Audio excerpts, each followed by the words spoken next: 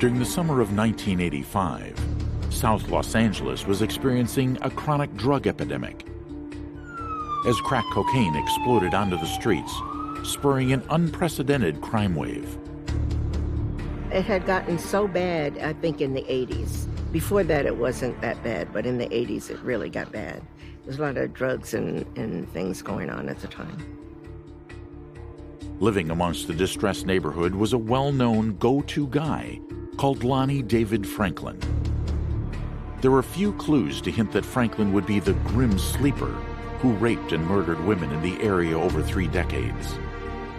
All of these victims that Lonnie Franklin was found guilty of killing, they were all mothers, except for one, Princess Bartholomew, who was 14 years old at the time.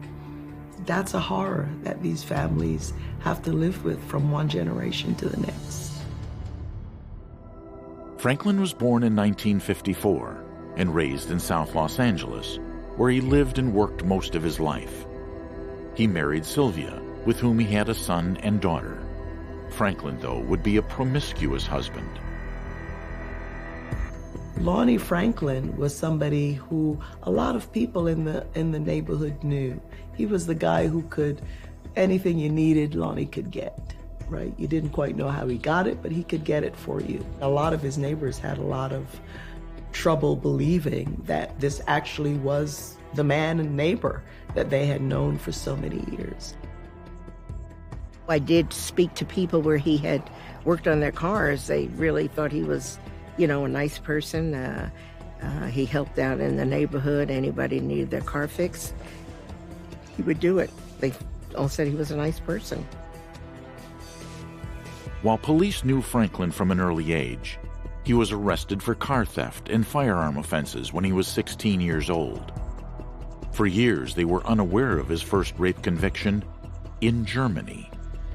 In 1974, Franklin was drafted into the U.S. Army and stationed to Kelly Barracks near Stuttgart.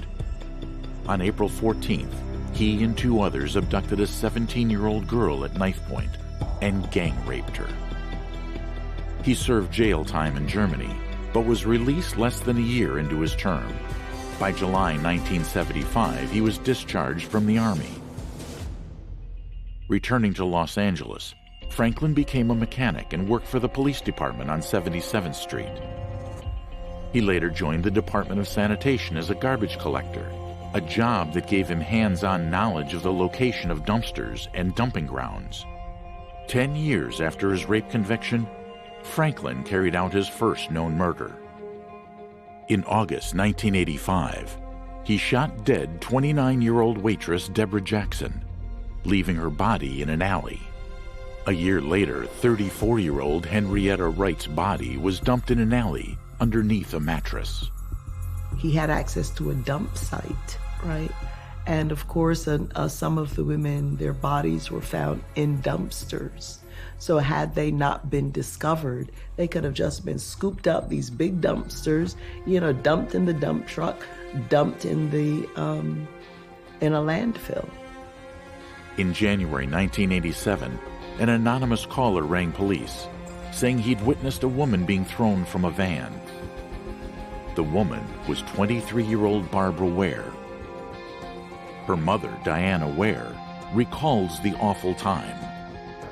She was murdered 2 days after her 23rd birthday. And at the time, we, didn't know what the cause was. Just another murder, I guess, in South Central Los Angeles. At the time, there was so many murders going on, so it was quite a few years before we found out that it was a serial killer. The witness provided police with a license plate number of the van, which was later found in a church car park a few miles from Barbara's body. Police released details of the call 22 years later. I'd like to report a murder or a dead body or something. Where at? The address is 1346 East 56th Street, in the alley. And the guy that dropped it off was driving a white and blue Dodge van, 1PZP746. Did you get a look at him? I didn't see him. How long ago did this happen? It happened about 30 minutes ago, because I'm down the street at the phone, so it happened about 30 minutes ago. And, he threw her out. The only thing that's hanging out of this, like he threw a gas tank on top of her, and the only thing you can see out is her feet. Okay, what's your name? Huh? What's your name? Oh, I don't stand anonymous. I know too many people. Okay, then, bye-bye. All right.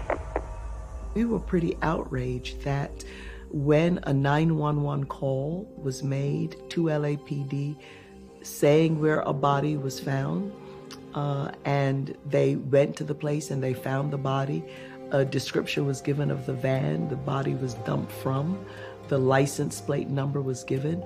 That whole investigation was bungled, and that 911 call wasn't released until 22 years later. Somebody might have recognized the voice of the caller. A lot of the family members felt the caller was the killer. The caller, of course, refused to give his name at the time. And maybe it was a killer who, in a way, wanted to be caught. Sometimes that happens. Barbara Ware became Franklin's fourth victim. Over the next 2 years, 4 more similar murders occurred in the area. Alarmed by the disturbing number of black women being murdered, community members established an awareness group. Margaret Prescott was the chief organizer. The Black Coalition fighting back serial murders began in the mid-1980s after I and other women I gathered learned that 11 women were victims of a serial murderer in South Los Angeles.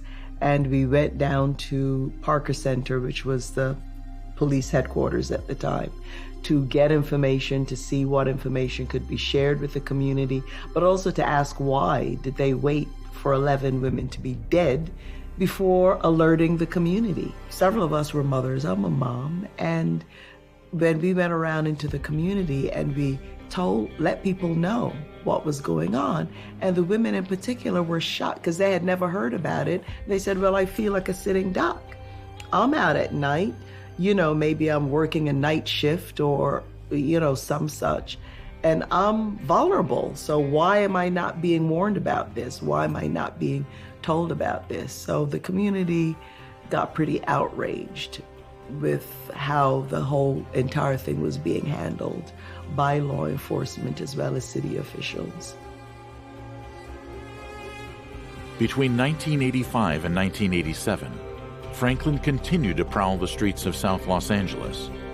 Using one of his 9 guns, he would shoot a woman, sometimes strangle or rape her, then dump her body in an alley near a dumpster, all within a 5-mile radius of his 81st Street home.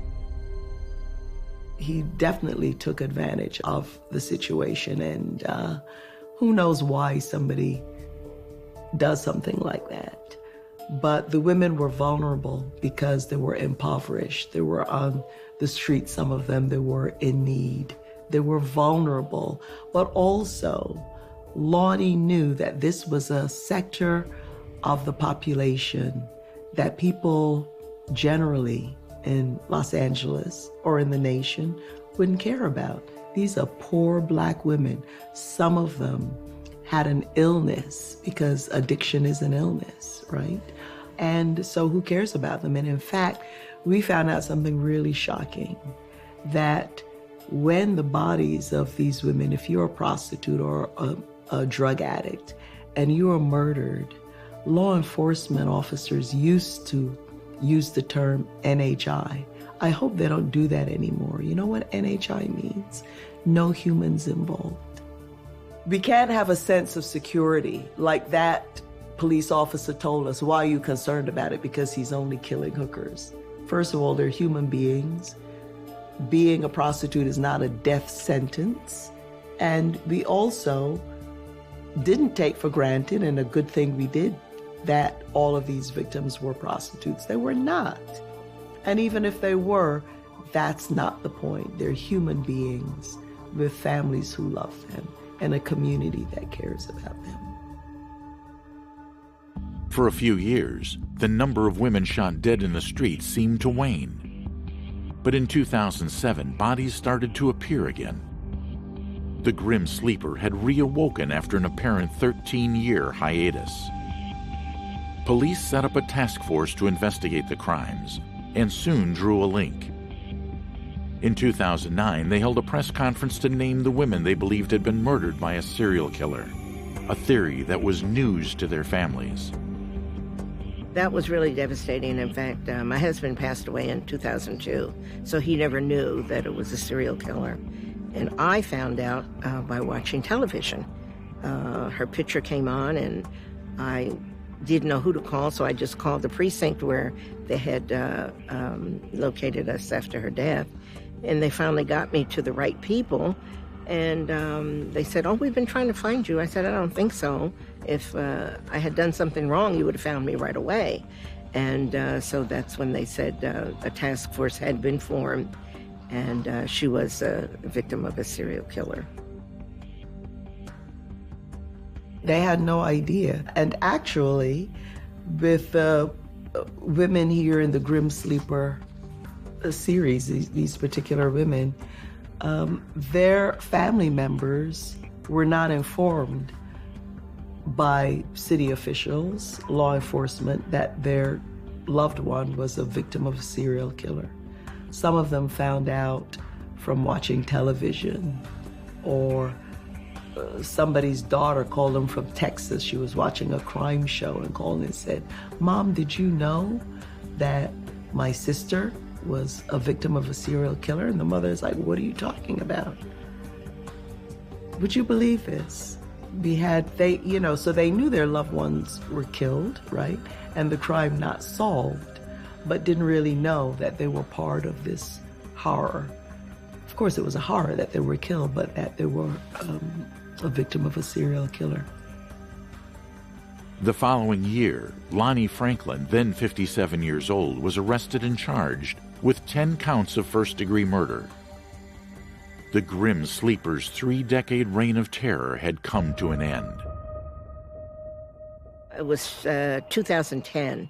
The detective called me and said, "I have some news for you." And I says, "Oh, okay, what is it?" And he says, "We got him." And I couldn't believe it. I just yelled, you got him? Are you sure?" "Yes, we're sure, and we want you to come down to the precinct right away because the news media is going to get a hold of it, and we want to talk to the family members first." So it was really shocking and a surprise, but a good surprise that they had finally got him. Police used the unusual method of familial DNA to connect Franklin to the murders. A DNA sample from his son matched traits of the DNA retrieved from the victims' bodies. His son's age ruled him out as a suspect, but not his older relatives. Lonnie's son was arrested and was in prison, and sure enough, there was a match. But they knew that he was too young to be the killer. So they figured it had to be an uncle or a dad, a close relation to him. And that's really what got them onto Lonnie, monitoring Lonnie. And in the end, Lonnie went to a pizza place where it seemed as though there was some gathering going on. I don't know if Lonnie was related to the gathering or not, but, there were balloons and whatnot. And an undercover officer was dressed as a busboy and took a piece of pizza that Lonnie was eating, the leftovers, in a cup that he was drinking from. And sure enough, a direct hit. That was Lonnie, living right in the neighborhood where all of this was happening, hidden in plain sight. When police searched Franklin's house, they found over 100 photographs of women, including those who had been killed. Among them was a photograph of Anitra Washington, the sole survivor of a Franklin attack. He shot and raped her on May 29, 1985, before throwing her out of his car and leaving her for dead. We know from what we found out during the trial, because there was a trophy room that was kept, and with some of the items of the victims were there, and Anitra Washington, who survived, his only survivor who was able to testify, he took a picture of her after he had shot her, and likely after he had raped her. And that was one of the pieces in his trophy room. In court, Franklin barely spoke and never admitted his crimes. For the loved ones of those killed, the absence of a reason for why their loved one was killed was just further torment. I would ask him why. Why did you have to kill these people? I mean, you have a daughter. Just think about that. How would it affect you if something like that happened to her? I mean, you hurt a lot of people doing this. Why did you do it? That's what I'd like to know. Why did you do it? You know, in the courtroom, I could not sit on the side of the court where his seat was. I could not do it. Once I went in there and the court was full, and the guard said, well, that's the only seat. If you want to sit, you sit there. And I did. And after a while, I got up and I said, you know, I can't do this. And somebody in the court saw what was happening and I think changed seats with me. So in terms of what I would say to him,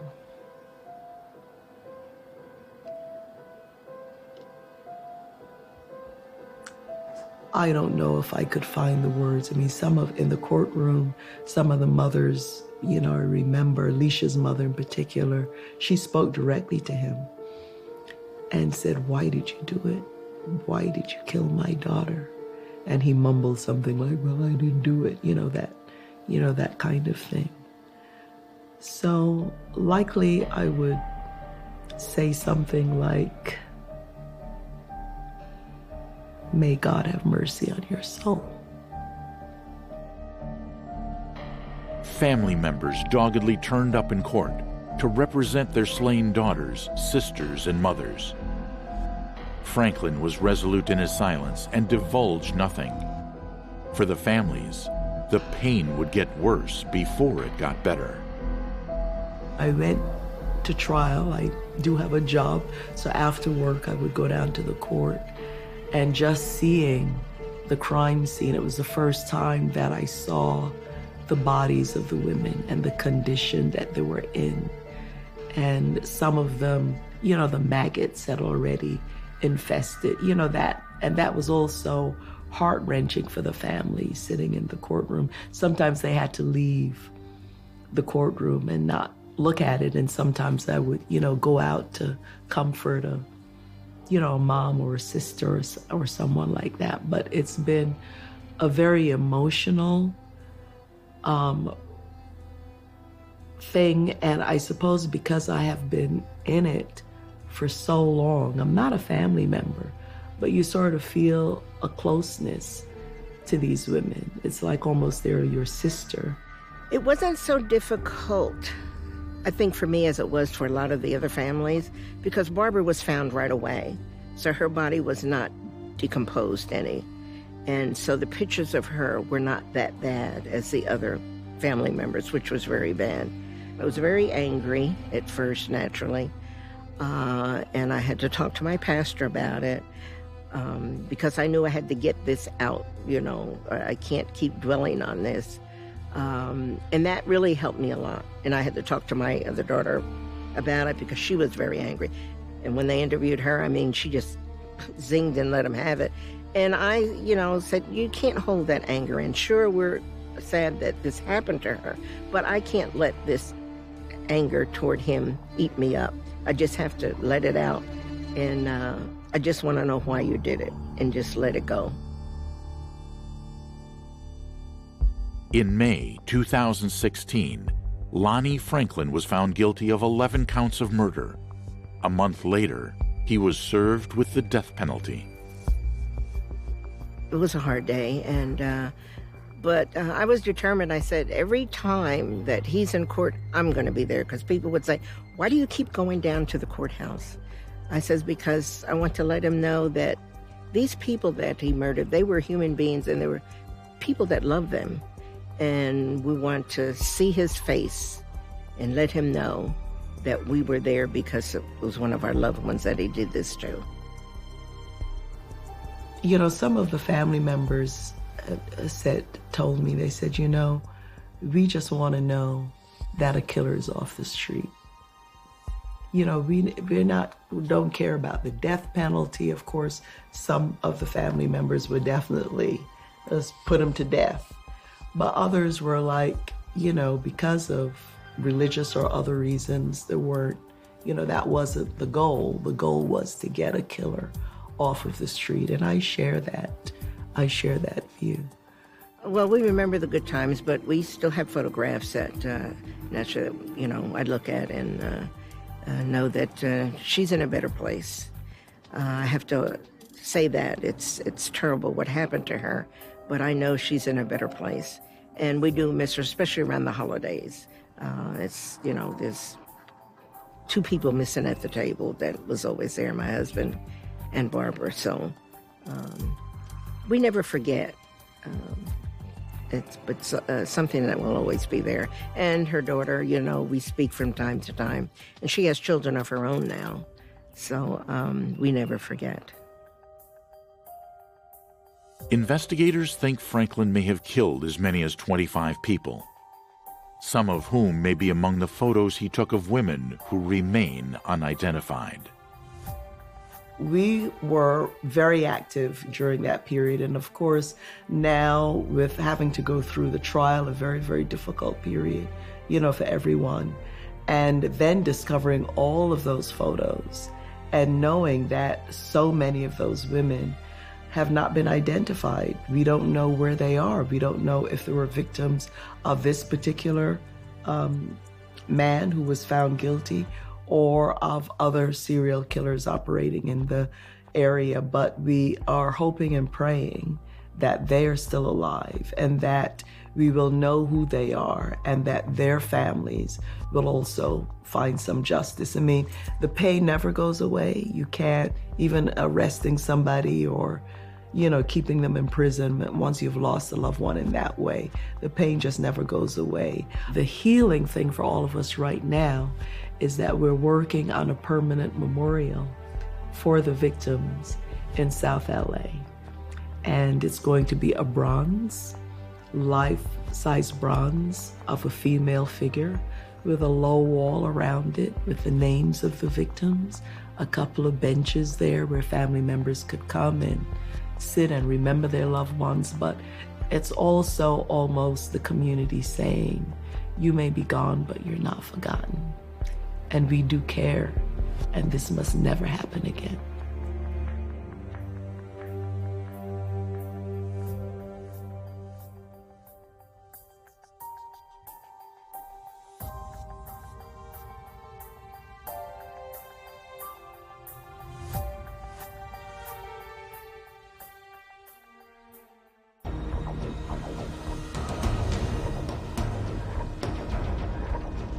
Gerald Gallego and Charlene Williams weren't exactly made for each other.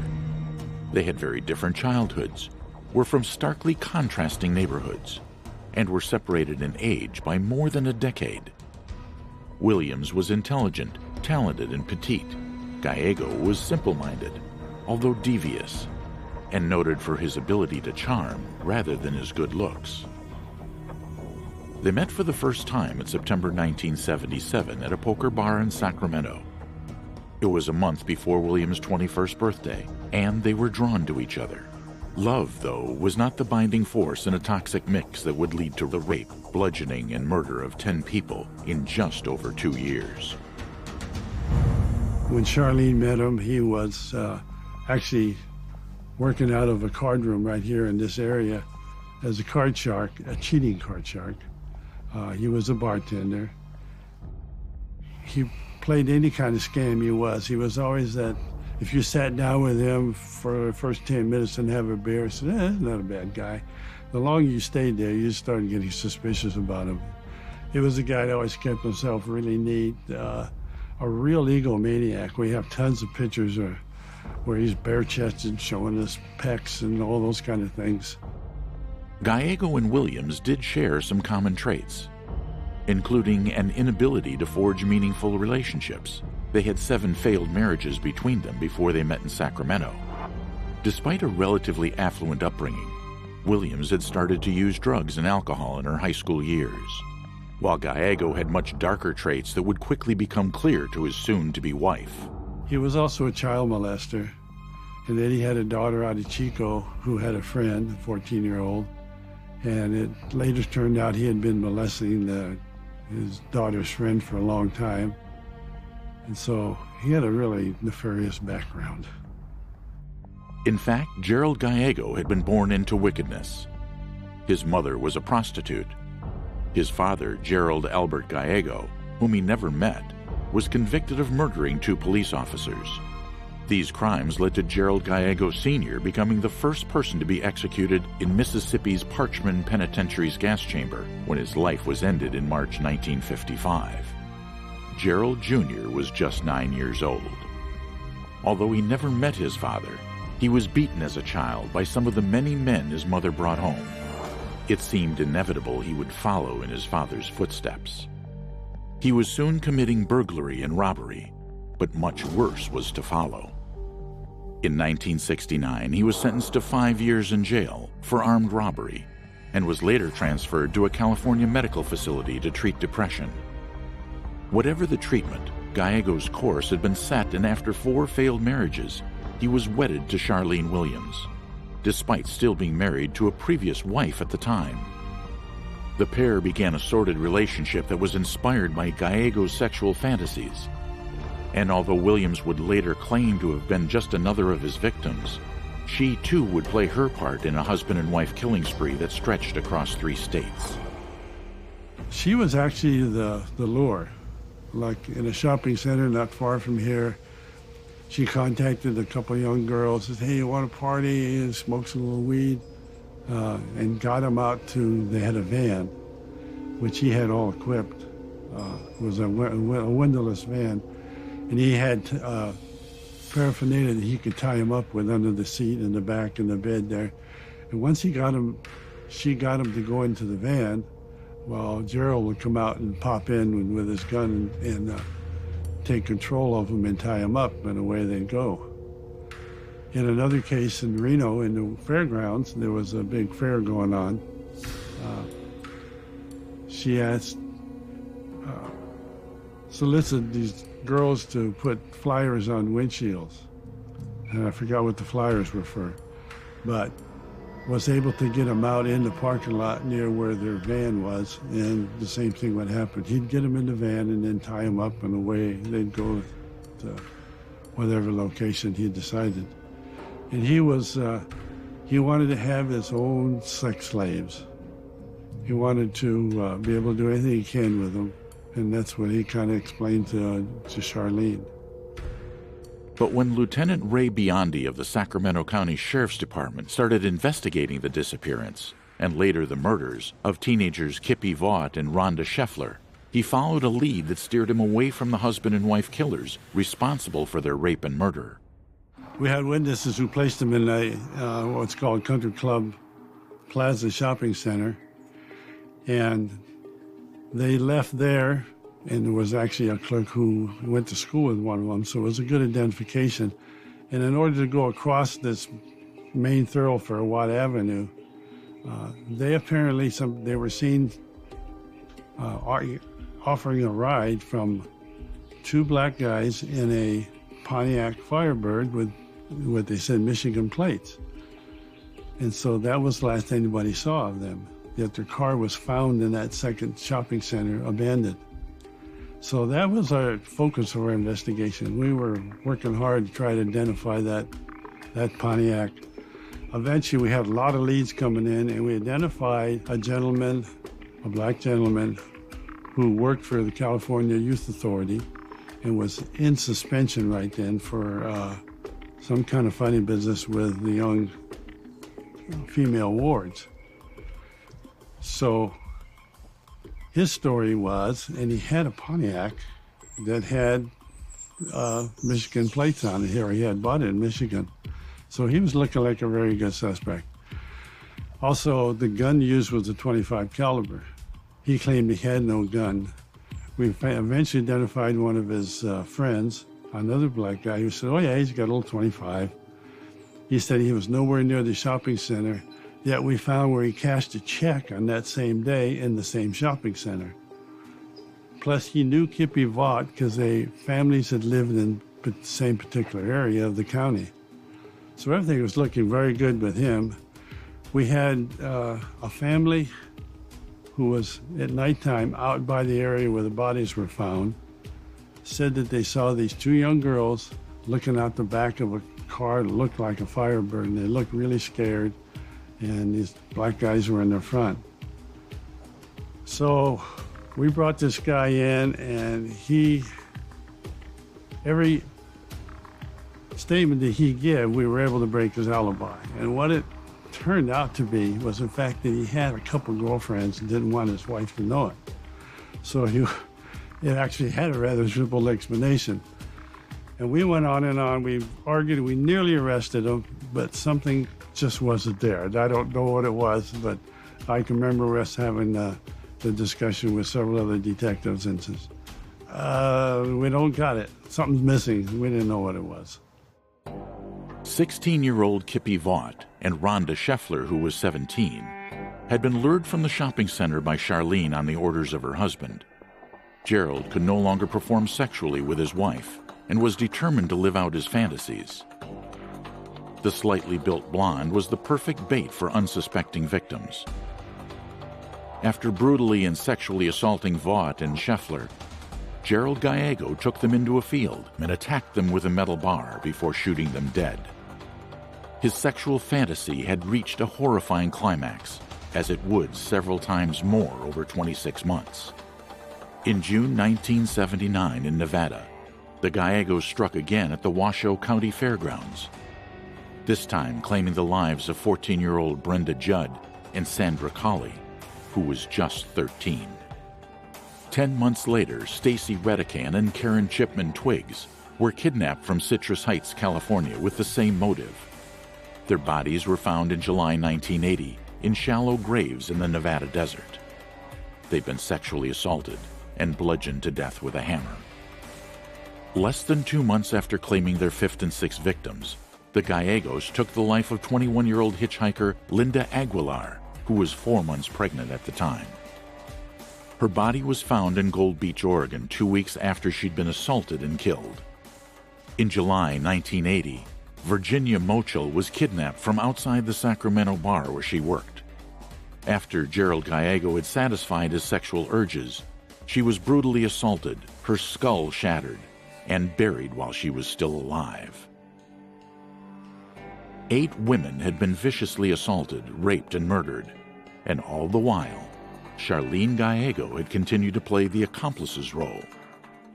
But the blind loyalty that marked her marriage to Gerald Gallego was not in limitless supply. There was a double murder in the city of Sacramento of Craig Miller and Mary Beth Sowers. And this was a young couple who had just graduated from Sacramento State, and they were having a graduation ball.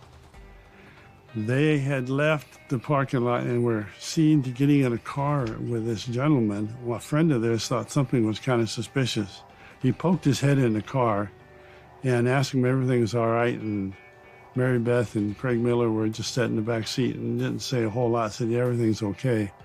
We learned later from Charlene that Gerald was the driver, Gerald Gallego, was actually holding a gun on him. More than 2 years had passed since Lieutenant Biondi had investigated the disappearance and murder of Rhonda Scheffler and Kippy Vaught. There was no immediate consideration of a connection between the crimes. It was only a day or so later that Craig Miller's body was found up in El Dorado County, east of here, and later after that, Mary Beth's body was found in Placer County, also east of here. And because of that, witness in the parking lot was able to get a driver's license. They were able to identify Gerald and Charlene. The license plate was traced to a car registered at an address in Arden Park, which was home to Charlene's parents, Charles and Mercedes Williams. Charlene was heavily pregnant at the time. When she denied knowing anything of the whereabouts of Craig Miller and Mary Beth Sowers after detectives had searched the car, they were satisfied she had played no part in their disappearance. Neither were they overly concerned that they were unable to talk to Stephen Field, who Charlene claimed was her boyfriend. But the following day, when Craig Miller's body was found, Charlene's parents admitted to police that Stephen Field was an alias for Gerald Gallego, who was their daughter's husband.